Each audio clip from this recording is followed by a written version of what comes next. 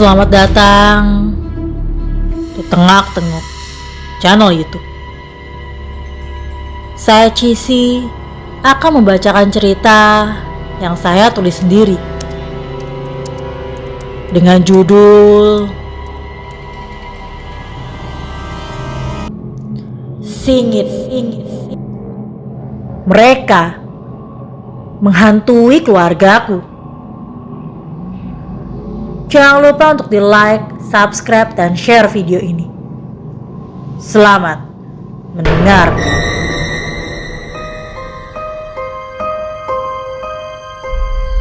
Bismillahirrahmanirrahim. Cisi akan menceritakan sebuah kisah yang dialami oleh teman terdekat Cisi. Perihal pengalamannya menghuni sebuah rumah di komplek perumahan yang masih terbilang sepi. Disclaimer: segala nama toko dan lokasi Cisi samarkan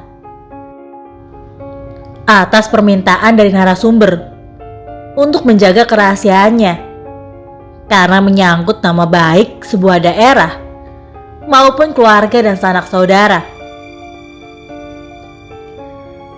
Cisi juga menambahkan beberapa alur cerita, dikarenakan narasumber tidak bercerita secara berurutan, sehingga Cisi harus menggabungkan cerita agar mudah dipahami, tanpa keluar dari inti cerita yang sudah disampaikan oleh narasumber. Hari ini, aku pindah ke sebuah rumah kontrakan di pinggiran kota. Komplek perumahanku hanya terpisahkan oleh sungai untuk mencapai kota. Komplek rumah ini belum terlalu ramai. Masih banyak tanah kosong dan dikelilingi oleh persawahan. Tetanggaku hanya ada di depan rumah dan di sebelah kiri rumah. Untuk di sebelah kanan, masih banyak tanah kosong. Pada awal aku menempati rumah ini, aku tidak pernah merasakan hal aneh. Hanya saja, terkadang ada ular masuk ke dalam rumah melalui gorong-gorong.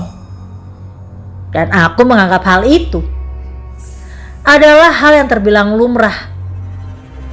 Dikarenakan memang rumahku masih dikelilingi oleh persawahan yang aktif. Tapi semenjak tetangga depan rumahku pindah, yang mengakibatkan rumah itu menjadi kosong, hal-hal aneh perlahan mengusik ketenangan hidup kami. Sedikit penjelasan tentang tetangga depan rumahku.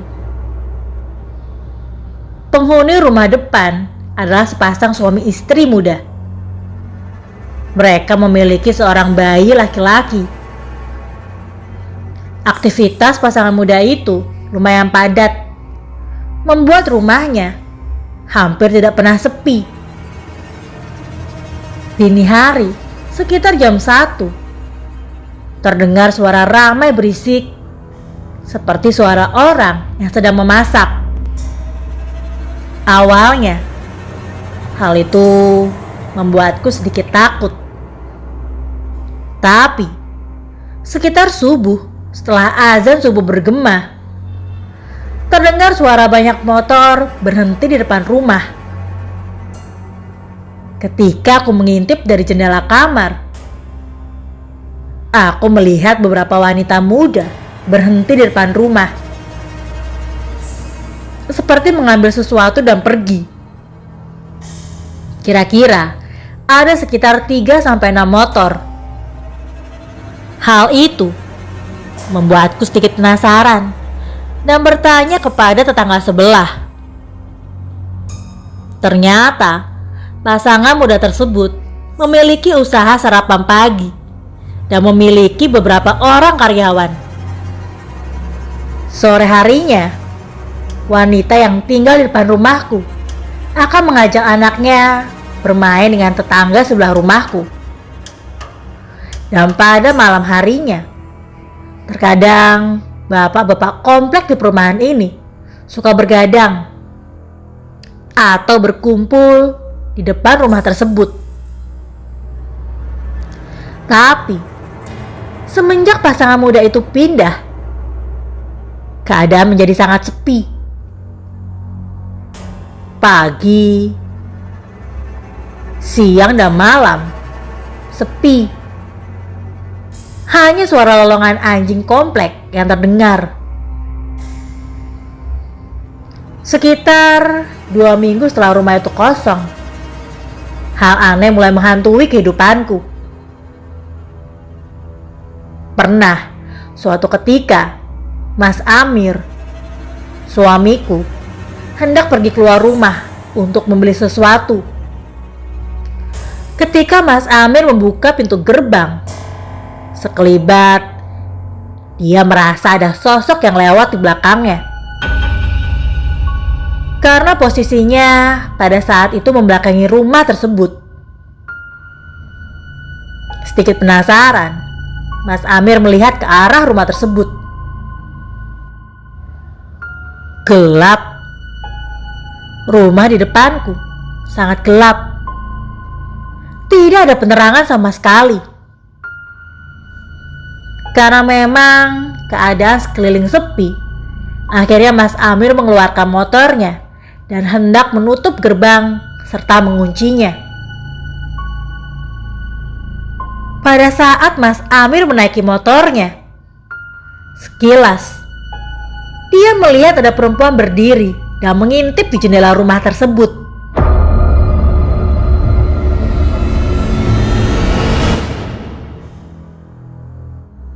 Mas Amir yang belum mengetahui bahwa rumah depan sudah kosong, dia hanya tersenyum ke arahnya dan menganggukkan kepala seolah memberi salam. Kemudian Mas Amir pergi. Pada saat Mas Amir hendak pulang ke rumah setelah melewati portal komplek, Mas Amir melihat sesuatu yang tidak biasa. Hal itu membuat Mas Amir memberhentikan motornya. Mas Amir mengusap matanya dan kembali memastikan bahwa apa yang dilihatnya adalah sesuatu hal yang nyata. Dia melihat seekor ular besar. Ular tersebut besar, seukuran paha anak kecil. Ular tersebut sedang melatap pelan di tengah jalan. Sangat pelan. Mas Amir sedikit panik ketika melihat ular itu. Ketika diperhatikan, ular tersebut bergerak cepat. Tapi seolah-olah lama sekali. Karena tidak sampai-sampai di ujung jalan. Ditunggu oleh Mas Amir, ular tersebut tidak kunjung sampai. Padahal jika diperhatikan dengan seksama, gerakan melata ular tersebut terlihat sangat cepat. Mas Amir melihat sekeliling, hendak meminta tolong karena ular yang lumayan besar membuatnya sedikit khawatir. Tapi tidak ada seorang pun yang berada di luar rumah. Hingga 1 jam kemudian, barulah ular itu hilang ke dalam rumput-rumput menuju ke sawah.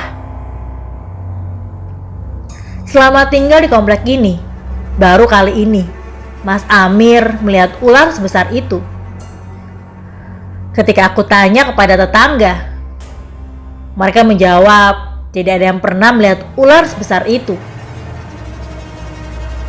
Ketika Mas Amir menceritakan hal itu kepada aku, dengan spontan, aku terdiam dan memberitahu Mas Amir bahwa sudah kosong sekitar 2 minggu. Mas Amir terdiam dengan wajah pucat ketika mendengar penjelasanku. Gangguan-gangguan kecil sering aku rasakan. Seperti mendengar suara langkah kaki, suara orang membuka pintu, atau suara orang tertawa. Hal itu sudah menjadi hal biasa bagiku, dan aku tidak terlalu memperdulikannya. Tapi, Mas Amir pernah mengalami gangguan yang lumayan ekstrim, menurut kami. Suatu malam, ketika Mas Amir sedang menonton TV di ruang depan, dan aku sedang berada di dalam kamar, Mas Amir melihat aku keluar dari kamar menuju ke dapur. Pada saat itu, Mas Amir lebih fokus menonton TV. Tapi dia melihat aku keluar dari kamar dan berjalan menuju ke dapur. Walaupun hanya sekilas, tapi dia yakin dia melihatku. Setelah itu, Mas Amir mendengar suara kompor dinyalakan. "Mau ngapain, Dek?" tanya Mas Amir teriak dari ruang depan. "Sekalian bikin kopi ya, Dek," pinta Mas Amir. Tapi tidak ada jawaban dari arah dapur. Awalnya, Mas Amir sedikit curiga karena tidak biasanya aku tidak menjawab ucapan Mas Amir. Biasanya, aku tidak pernah berhenti berbicara. Tapi karena acara yang dia lihat saat itu sedang asik, Mas Amir tidak menghiraukannya dan kembali fokus menonton TV. Hingga terdengar kembali suara pintu ditutup. Satu-satunya pintu yang berada di belakang adalah pintu kamar mandi. Mas Amir masih tidak begitu menghiraukan. Dia hanya terdiam ketika mendengar suara pintu dan kembali fokus pada acara yang sedang dia saksikan di dalam layar televisi. Terdengar suara air mengalir dari keran yang berasal dari kamar mandi. "Kamu mau ngapain, Dek?" teriak Mas Amir yang masih terduduk santai di depan TV. Hening. Tidak ada jawaban. Tiba-tiba terdengar suara air disiram. Suaranya seperti orang yang sedang mandi.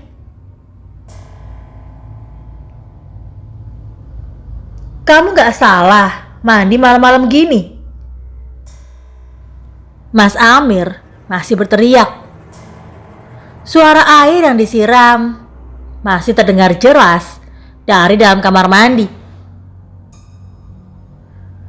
Mas Amir melihat ke arah dinding di atas TV. Jam 00:10. "Ngapain, Dek? Mandi tengah malam begini?"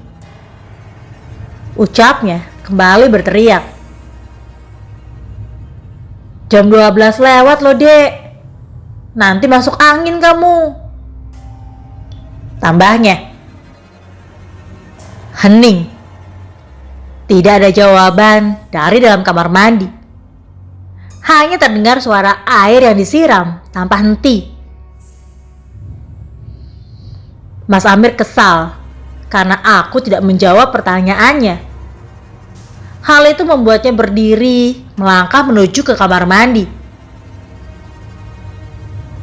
Mas Amir berjalan pelan memasuki area dapur. Dia menoleh ke arah dapur. Dia melihat ke arah kompor dan berhenti sejenak. Kosong. Di atas kompor, kosong. Tidak ada apa-apa.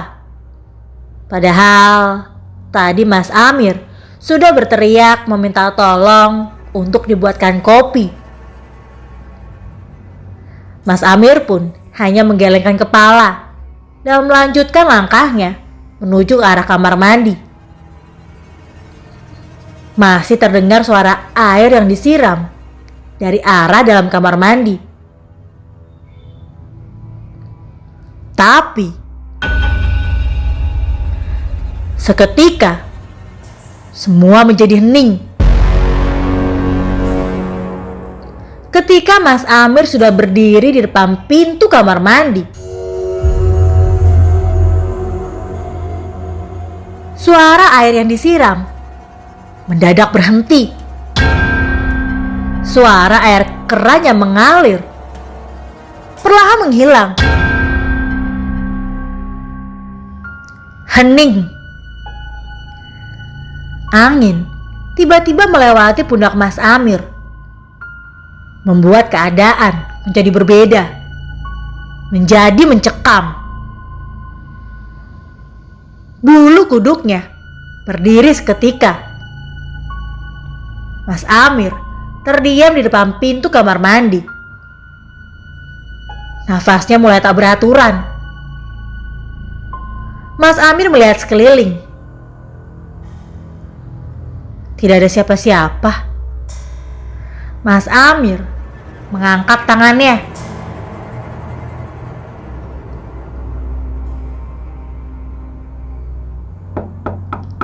Dek, Dek, ucap Mas Amir berusaha memanggil istrinya yang berada di dalam kamar mandi.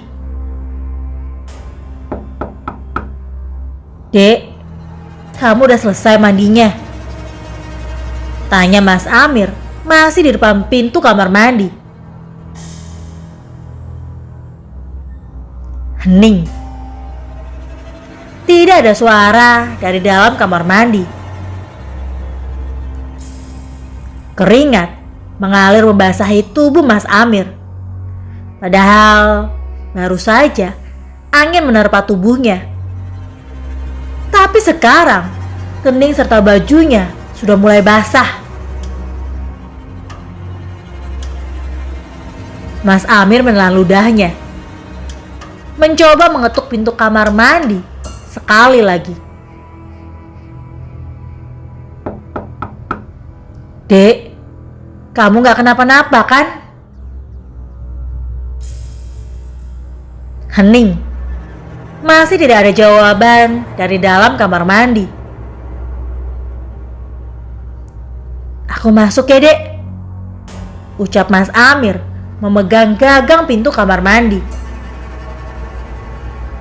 Sebelum menurunkan gagang pintu, Mas Amir menelan ludahnya kembali dan memejamkan matanya. Pintu kamar mandi terbuka.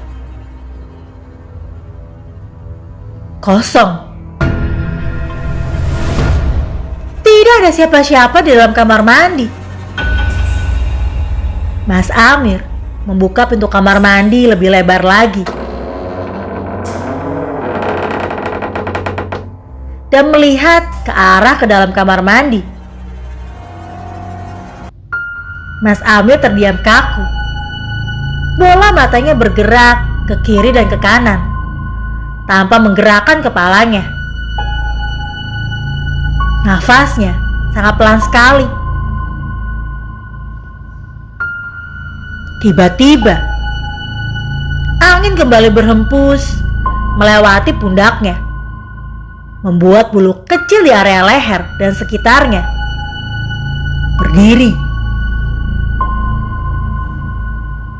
Mas Amir memejamkan matanya, berusaha untuk menenangkan dirinya. Aku salah dengar kali. Kalau ada orang mandi, pasti lantainya basah, ucapnya dalam hati. Mas Amir membuka mata dan melihat ke arah bawah. Mas Amir diam terpaku. Karena lantai kamar mandi basah. Dia kembali memejamkan matanya. Mungkin basah bekas aku tadi ke kamar mandi. Ucapnya dalam hati, berusaha menenangkan diri sendiri. Mas Amir kembali membuka matanya dan membalikkan badan. Kemudian menutup pintu kamar mandi. Matanya tertuju ke arah kompor. Kakinya melangkah mendekati kompor tersebut. Pasti aku salah dengar, ucapnya dalam hati, menenangkan pikirannya. Tangannya bergerak, memegang pinggiran kompor. Mas Amir menarik kembali tangannya. Dia merasakan panas ketika menyentuh pinggiran kompor tersebut. Merasa heran dan aneh, Mas Amir kembali memegang pinggiran kompor. Panas. Kompornya panas. Mas Amir kembali terpaku.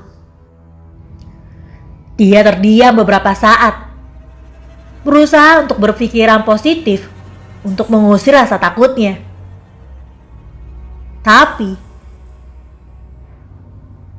Tapi hal itu malah membuatnya semakin takut. Angin kembali menyentuh kulit lehernya, membuatnya berhenti bernafas seketika. Semua bulu kuduknya kembali berdiri. Badannya tidak bisa digerakkan. Angin kembali berhembus di telinganya, membuatnya merasakan ketakutan yang teramat sangat. Badannya mulai bergetar. Nafasnya tidak teratur. Matanya hanya bisa terpejam. Mulutnya berusaha sekuat tenaga untuk membaca ayat-ayat suci Al-Quran. Tapi lidahnya sangat susah untuk digerakkan. Panik. Itulah yang dirasakan oleh Mas Amir. Perasaan yang sangat tidak nyaman itu berlangsung sangat lama, menurut Mas Amir. Padahal hanya beberapa menit saja. Mas Amir merasa lelah dengan perasaan yang sangat tidak nyaman tersebut. Membuatnya sedikit demi sedikit menjadi tenang dan bisa membaca ayat-ayat suci Al-Quran. Hal tersebut membuat badannya bisa bergerak dan membuatnya bersyukur. Mas Amir melangkahkan kakinya menuju kamar tidur. Ketika Mas Amir membuka pintu kamarnya, dia melihat istrinya sedang tertidur di dalam kamar. Pintu kamar langsung ditutup dan dikunci oleh Mas Amir. Dan dia ikut tidur di samping istrinya. Banyak sekali kejadian aneh yang kami rasakan di rumah ini. Setelah rumah di depan kami sudah tidak berpenghuni, alias kosong. Entahlah apa yang membuatnya menjadi seram dan mengganggu kami, penghuni rumah di seberangnya. Tapi pengalaman ini yang paling ekstrim menurutku. Untuk ceritanya selesai sampai di sini. Terima kasih yang sudah mendengarkan. Tunggu cerita lainnya dengan judul yang berbeda hanya di Tengak Tenguk channel YouTube. Terima kasih.